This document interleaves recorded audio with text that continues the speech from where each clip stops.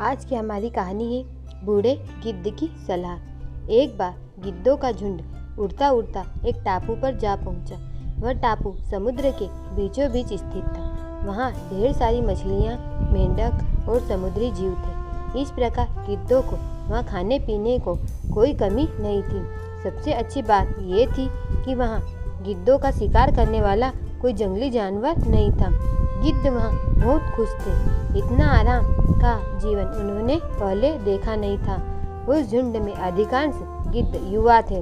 वे सोचने लगे कि अब जीवन भर इस टापू पर रहना है, यहाँ से नहीं जाना, क्योंकि इतना आरामदायक जीवन कहीं नहीं मिलेगा।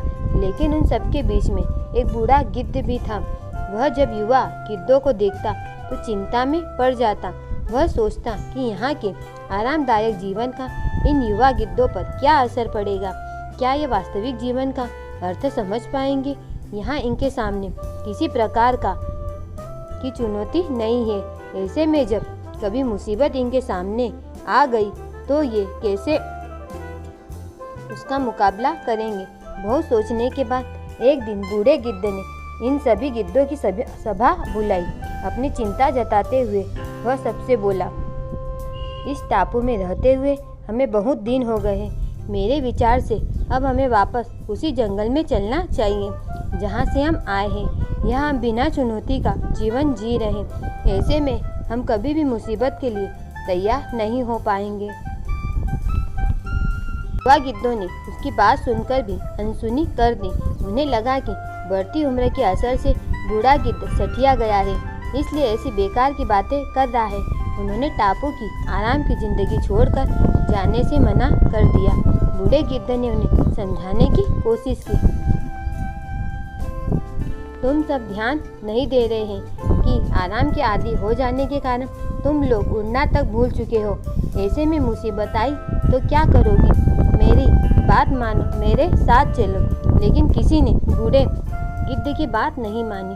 बूढ़ा गिद्ध अकेले ही वहाँ से चला गया। कुछ महीने बीते। एक दिन बूढ़े गिद्ध ने टापू पर गए तो गिद्धों की खोज खबर लेने की सोची और उड़ता उड़ता उस टापू पर पहुंचा। और जाकर उसने देखा कि वहाँ का नज़ारा बदला हुआ था।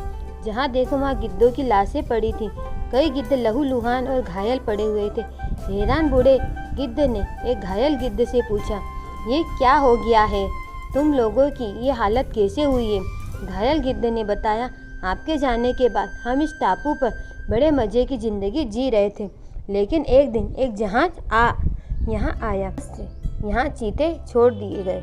शुरू में तो उन चीतों ने हमें कुछ नहीं किया, लेकिन कुछ दिनों बाद जब उन्हें आभास हुआ कि हम उड़ना भूल चुके हैं, हमारे पंजे और नाखून इतने कमज़ोर पड़ गए हैं कि हम तो किसी पर हमला भी नहीं कर सकते हैं और न ही अपना बचाव कर सकते हैं। उन्होंने हमें एक एक कर मार कर खाना शुरू कर दिया।